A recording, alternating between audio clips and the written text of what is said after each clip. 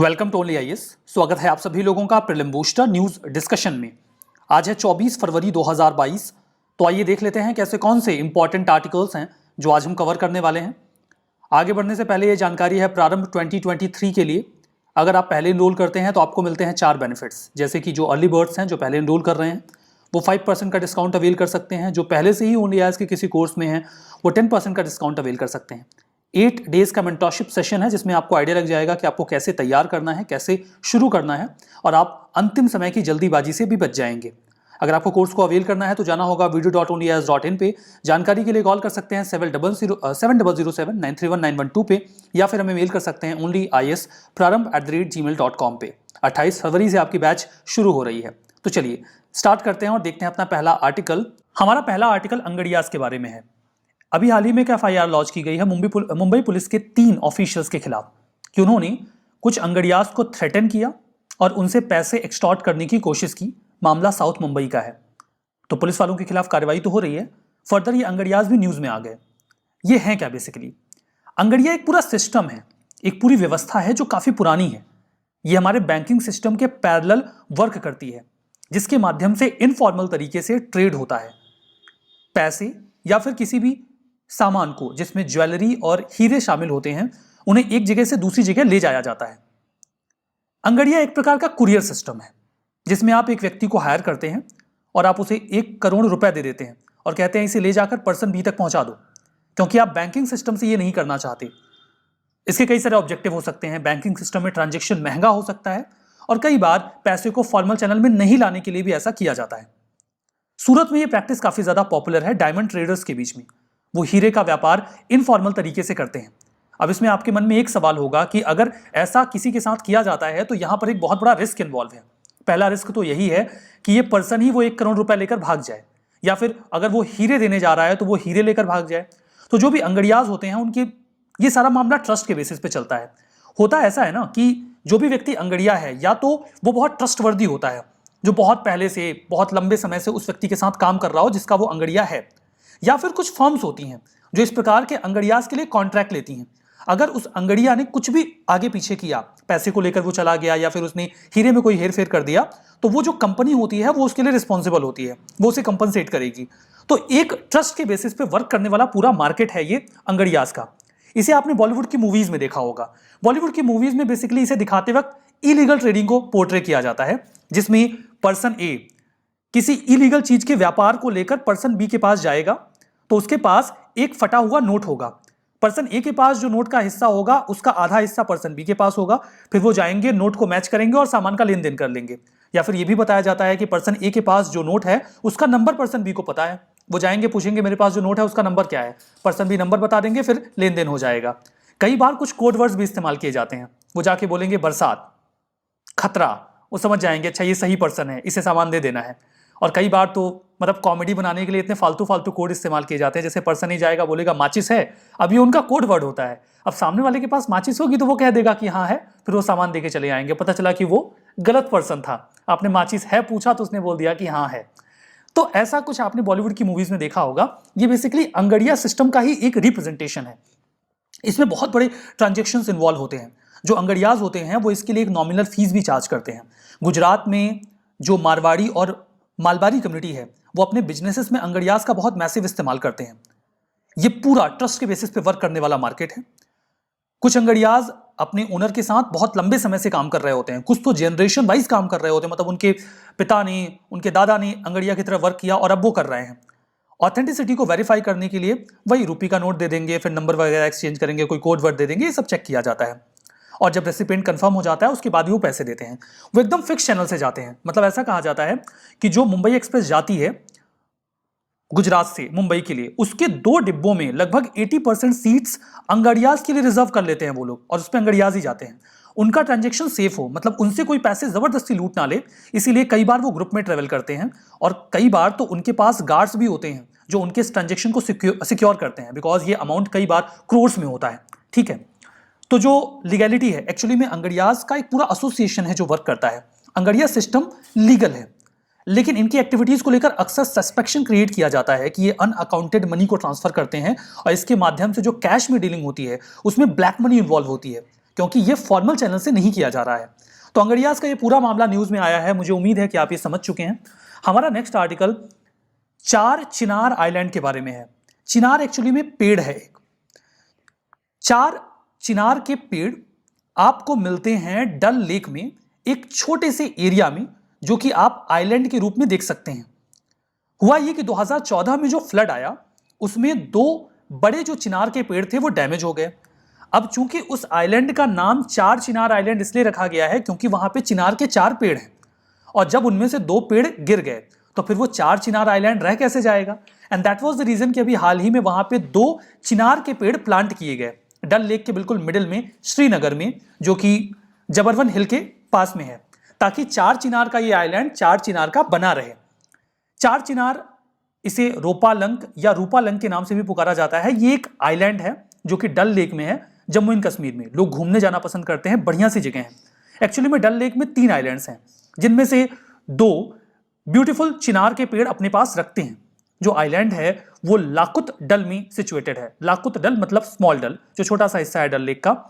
इसे रोफ लंक या silver island के नाम से भी पुकारा जाता है। यहाँ पे हमें मैजेस्टिक चिनार के पेड़ मिलते हैं जो 4 है संख्या में, दैट्स वाई इसे ये नाम मिला है। सेकंड चिनार आइलैंड जो है उसे सोन लंक या गोल्ड आइलैंड बोलते हैं, अगर मैं इसे सही प्रोनाउंसिएट कर रहा हूं तो। इसे बोर्ड डल या बिग डल में देखा जाता है।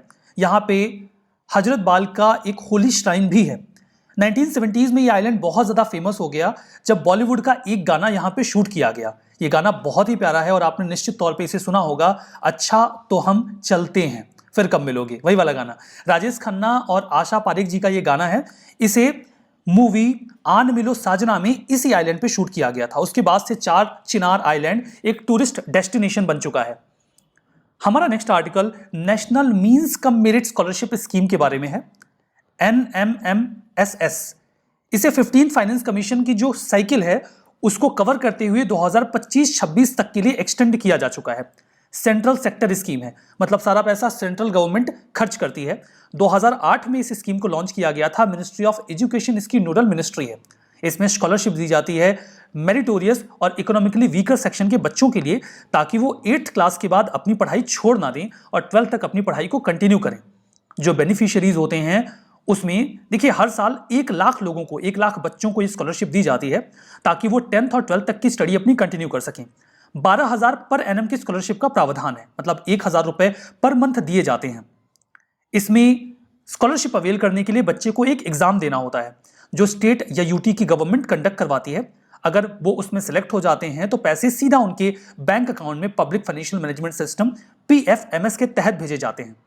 जो भी व्यक्ति, जो भी बच्चा ये स्कॉलरशिप लेना चाहता है, उनकी जो पेरेंट की एनुअल इनकम है वो 3,50,000 पर एनम के ऊपर नहीं होनी चाहिए। जो स्टूडेंट्स हैं उनका क्लास 8 के एग्जाम में कम से कम 55% मार्क्स होने चाहिए। ये SC और ST स्टूडेंट्स के लिए 50% है। उस बच्चे को रेगुलर गवर्नमेंट एडेड या लोकल बॉडी स्कूल में पढ़ना जरूरी है। जो नवोदय विद्यालय होते हैं या फिर केंद्रीय विद्यालय होते हैं या रेसिडेंशियल स्कूल्स होते हैं, वहां के बच्चे ये स्कॉलरशिप अवेल नहीं कर सकते। हमारा नेक्स्ट आर्टिकल जलधारा स्किटरिंग फ्रॉग के बारे में है। स्किटरिंग का मतलब होता है पानी को छपछपाना। आप कहीं नदी में या फिर वाटरफॉल वगैरह में नहाने के लिए जाते हैं तो आप पानी को छपछपाते हैं या खेलते हैं। ये मेढक भी वैसा ही करता है। दैट इज द रीजन इसे जलधारा स्किटरिंग फ्रॉग कहा जाता है। अभी हाल ही में इसकी एक नई प्रजाति को खोजा गया है वेस्टर्न कोस्टल प्लेन जो इंडिया का है, वहां की फ्रेश वाटर बॉडीज में। ये फ्रेश वाटर फ्रॉग है, साफ पानी में रहना पसंद करता है। हमें ये अभी मिला है। देखिए सबसे पहले हमने इसे देखा था एर्नाकुलम में जो थट्टीकट बर्ड सेंचुरी है वहां पे। उसके बाद जो एर्नाकुलम है वो केरला में है, ठीक है। और केरला के बाद गुजरात के कोस्टल रीजन में भी इसे कई दफा देखा गया। अब यहां पर देखिए जो फ्रॉग है ये कॉमन स्किटरिंग जो फ्रॉग है उसके जैसा ही देखने में लगता है, जो कि डेक्कन प्लेटू या फिर ईस्टर्न कोस्टल प्लेन पे देखे जाते हैं। इस स्पीसीज को फॉर द फर्स्ट टाइम 220 साल पहले खोजा गया था। इसकी सिग्निफिकेंस क्या है? ये जो फ्रॉग्स होते हैं ये एक लिंक की तरह वर्क करते हैं। वो जीव जो पानी में रहते हैं और वो जीव जो जमीन पे रहते हैं उनके बीच में, क्योंकि ये एम्फीबियंस यानी कि उभयचर होते हैं। ये जो फ्रॉग की स्पीसीज है ये फ्रेश वाटर में रहना पसंद करती है। इसीलिए अगर पोल्यूशन फैले साफ पानी में तो सबसे पहला प्रभाव इन्हीं के ऊपर पड़ता है। ये पहली स्पीसीज नहीं है इस रीजन में जिसे खोजा गया है। 2021 की शुरुआत में केरला पॉन्ड फ्रॉग को भी केरला में खोजा गया था, तो मतलब वहां खोजी जाने वाली ये दूसरी स्पीसीज है। हमारा next article national overseas scholarship scheme के बारे में है। सेंट्रल गवर्नमेंट ने भी एक बात कही, उन्होंने कहा कि वो बच्चे जो दूसरे देशों में जाके पढ़ना चाहते हैं और उसके लिए वो स्कॉलरशिप चाहते हैं, तो किसी दूसरे देश में जाकर जो वो रिसर्च करने वाले हैं उनके रिसर्च का topic Indian culture, heritage, history, social studies नहीं हो सकता। क्योंकि अगर आपको इस टॉपिक पे रिसर्च करना है तो उसके लिए सबसे अच्छा डेस्टिनेशन तो इंडिया ही होगा। रिसर्च में फील्ड वर्क करना होता है, रिसोर्सेस रिक्वायर्ड होते हैं, तो इंडिया के बारे में आप जाके ब्रिटेन में रिसर्च क्यों करेंगे? इंडिया के बारे में अगर आपको रिसर्च करना है तो इंडिया में ही करिए। अगर आप वहां पे जाके रिसर्च करना चाहते हैं तो कोई दूसरा टॉपिक चूज करिए, क्योंकि अगर आपने ये टॉपिक्स लिए हैं तो आपको स्कॉलरशिप नहीं मिलेगी। इसके बाद कुछ बच्चे हैं जो निराश भी हुए। एक बच्ची का कहना था कि उसने एशियन स्टडीज के ऊपर प्लान किया था ब्रिटेन में जाके रिसर्च करने का, लेकिन अब उन्हें स्कॉलरशिप नहीं मिलेगी क्योंकि सरकार ने ये प्लान बना लिया है। अब बात करते हैं स्कॉलरशिप के बारे में। ये सेंट्रल सेक्टर स्कीम है जिसे 1952 में लॉन्च किया गया था। Ministry of social justice and empowerment का इनिशिएटिव था। लो इनकम स्टूडेंट्स जो दूसरे देशों में जाके पढ़ना चाहते हैं, मास्टर्स या पीएचडी डिग्री, उनके लिए इस स्कॉलरशिप को क्रिएट किया गया था। शुरुआत में तो ये केवल साइंस के कोर्सेज के लिए था, लेकिन 2012 में इसे ह्यूमैनिटीज पे भी एक्सटेंड कर दिया गया।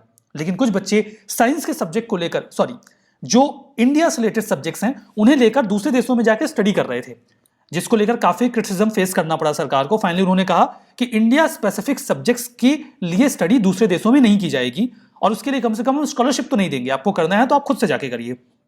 इसमें 100 स्कॉलरशिप दी जाती है, जिसमें 90 शेड्यूल कास्ट के लोगों को, डीनोटिफाइड और सेमी नोमैटिक ट्राइब्स को 6 और लैंडलेस एग्रीकल्चरल लेबरर्स या ट्रेडिशनल आर्टिसन कैटेगरी में 4 स्कॉलरशिप दी जाती हैं।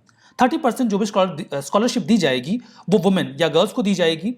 उनका कम से कम 60% मार्क्स होने चाहिए उसके पहले के एग्जामिनेशन में। जैसे अगर वो मास्टर्स के लिए जा रहे हैं तो फिर ग्रेजुएशन में, पीएचडी के लिए जा रहे हैं तो मास्टर्स में, उनकी उम्र 35 साल से कम होनी चाहिए और उनके परिवार की जो एनुअल इनकम है वो 8 लाख पर एनम से अधिक नहीं होनी चाहिए।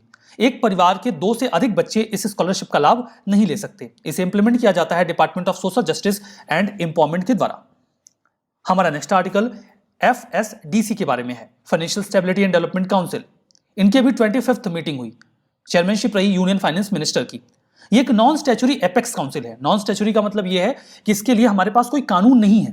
मिनिस्ट्री ऑफ फाइनेंस के तहत ये काउंसिल काम करती है। 2010 में इसे एक एग्जीक्यूटिव ऑर्डर के माध्यम से बनाया गया था। 2008 में सब प्राइम क्राइसिस आया था, अगर आपको याद हो, जिसका प्रभाव पूरी दुनिया पे पड़ा था। रघुराम राजन कमेटी को बनाया गया था रिफॉर्म सजेस्ट करने के लिए। उन्होंने ही 2008 में कहा था कि हमें बनानी चाहिए एक FSDC जो इंडिया की इकोनॉमी पर निगाह रख सके और रिकमेंड कर सके। FSDC को चेयर किया जाता है यूनियन फाइनेंस मिनिस्टर के द्वारा। मेंबर्स होते हैं फाइनेंशियल सेक्टर रेगुलेटर्स जैसे कि RBI, SEBI, PFRDA और IRDA। Finance secretary of department of economic affairs, secretary of department of financial services and chief economic adviser, ये भी इस काउंसिल का हिस्सा होते हैं।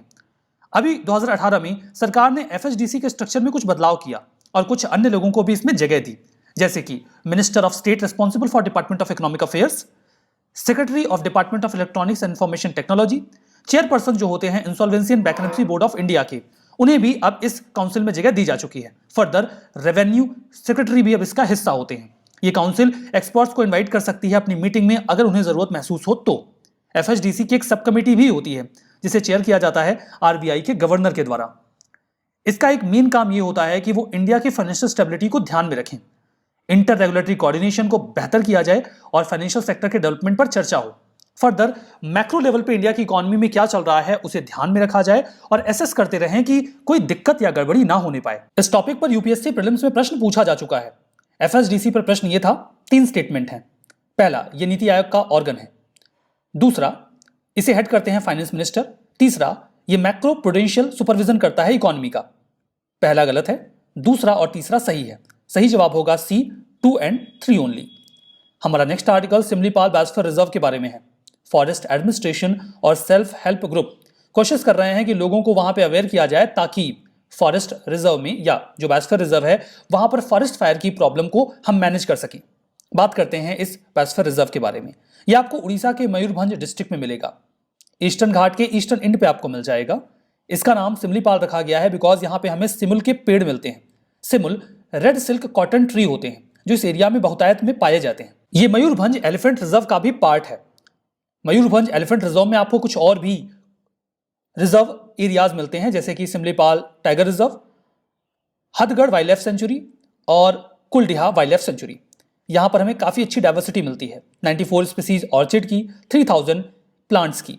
साल एक बहुत ही डोमिनेंट पेड़ है जो आपको इस सिमलीपाल बायोस्फीयर रिजर्व में मिल जाएगा।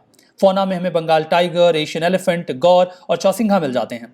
जोरांडा और बारही पानी फॉल्स काफ़ी ब्यूटीफुल फॉल्स हैं जो कि यहीं पर सिमलीपाल बायोस्फीयर रिजर्व में है। इस बायोस्फीयर रिजर्व को 1994 में गवर्नमेंट ऑफ इंडिया ने बायोस्फीयर रिजर्व का दर्जा दिया था और 2009 में यूनेस्को ने world network of biosphere reserve में भी इसे जगह दे दी। तो कुल मिलाकर सिमलीपाल बायोस्फीयर रिजर्व एक यूनेस्को बायोस्फीयर रिजर्व भी है। हमारा next article fast radio burst के बारे में है। फास्ट रेडियो बर्स्ट का मतलब यह है कि कोई एस्ट्रोनॉमिकल फेनोमेना होता है तो कुछ रेडियो सिग्नल्स निकलते हैं। वो रेडियो सिग्नल्स बहुत कम समय के लिए आते हैं और हमारे कुछ जो टेलीस्कोप्स वगैरह हैं वो उसे डिटेक्ट कर लेते हैं। मिली सेकंड के लिए वो निकलते हैं और फिर हम स्टडी करने की कोशिश करते हैं कि आखिर इस रेडियो बर्स्ट का सोर्स क्या है। कॉन्टेक्स्ट ये है कि national centre of radio astrophysics के एस्ट्रोनॉमर्स जो कि पुणे में सिचुएटेड है और यूएसए के यूनिवर्सिटी ऑफ कैलिफोर्निया के एस्ट्रोनॉमर्स ने जीएमआरटी की मदद से यानी कि giant metre wave radio telescope की मदद से एटॉमिक हाइड्रोजन गैस के डिस्ट्रीब्यूशन को मैप किया उस समय जब एक होस्ट गैलेक्सी से फास्ट रेडियो बर्स्ट निकले और ऐसा पहली बार किया गया। अब ये एटॉमिक हाइड्रोजन क्या होती है? देखिए, जब हाइड्रोजन में से एक इलेक्ट्रॉन निकल जाता है या हाइड्रोजन आयोनाइज हो जाता है तो उसे आप एटॉमिक हाइड्रोजन बोलते हैं। तो एटॉमिक हाइड्रोजन गैस भी इस रीजन में देखी गई। इसके बारे में अभी और भी चर्चा करेंगे। सबसे पहले रेडियो बर्स्ट क्या होते हैं? रेडियो बर्स्ट या फिर एफआरबी, फास्ट रेडियो बर्स्ट, ये ब्राइट बर्स्ट होते हैं रेडियो वेव्स के। मतलब रेडियो वेव्स का एक वेव झटके से निकलता हुआ या डिटेक्ट होता है। ये रेडियो वेव्स होती हैं, ये किसी भी एस्ट्रोनॉमिकल ऑब्जेक्ट से निकल सकती हैं जिनका मैग्नेटिक फील्ड चेंज हुआ हो। अब चेंज तब हो सकता है जब कोई एस्ट्रोनॉमिकल फेनोमेना हुआ हो। जैसे दो स्टार्स हैं, अगर वो आपस में टकरा जाएंगे तो उनके मैग्नेटिक फील्ड में हलचल होगी और उस हलचल की वजह से रेडियो वेव्स निकलेंगी जिन्हें डिटेक्ट किया जा सकता है। ये मिली सेकेंड के लिए निकलती हैं, जिन्हें डिटेक्ट करना भी मुश्किल होता है और वो कहाँ से निकले हैं उसके सोर्स को आइडेंटिफाई करना भी बड़ा मुश्किल काम होता है। एफआरबी को फॉर द फर्स्ट टाइम 2007 में डिस्कवर किया गया। उसके बाद से ही इसमें लेकर रिसर्चेस चल रही हैं और हम काफ़ी ज़्यादा इंटरेस्टेड हैं। एस्ट्रोनॉमर्स ने अभी जो एफआरबी डिटेक्ट किया वो एक गैलेक्सी से आया। ऐसा महसूस हुआ कि शायद दो स्टार्स आपस में मर्ज हुए हैं जिसके बाद एक बड़ा स्टार बना है और इसी मर्जर की वजह से, इसी कोलिजन की वजह से ये रेडियो वेव्स बर्स्ट जो हैं वो आई हैं। मतलब प्रोजेनिटर एक मैसिव स्टार है। प्रोजेनिटर वो सोर्स होता है जहां से कोई चीज ओरिजिनेट होती है। रीसेंट मर्जर एक डायरेक्ट एविडेंस की तरह वर्क कर रहा है किसी भी एफआरबी के लिए, जहां हमें कम से कम थोड़ा सा तो किसी होस्ट का आइडिया लगा कि इस गैलेक्सी से आया है, वहां पे दो स्टार शायद टकरा के मर्ज हुए होंगे। जो सरप्राइज एलिमेंट रहा वो ये रहा कि इस एफआरबी गैलेक्सी में हमने एटॉमिक हाइड्रोजन के अमाउंट को ऑब्जर्व किया।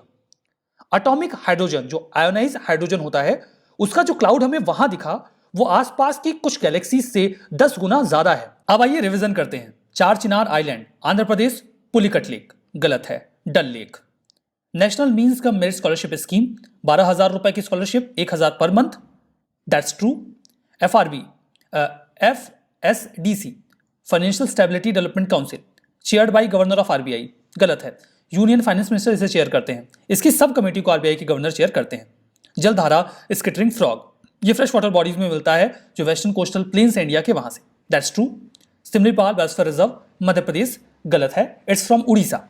तो आज का सेशन यहीं पे समाप्त करते हैं। सेशन की पीडीएफ मिलेगी ओनली आईएएस के टेलीग्राम चैनल पे, लिंक मिल जाएगा आपको डिस्क्रिप्शन बॉक्स में। चैनल को ज्वाइन करिएगा, पीडीएफ को डाउनलोड करिएगा। तो आज के सेशन को यहीं पे समाप्त करते हैं। That's all for now, thank you very much.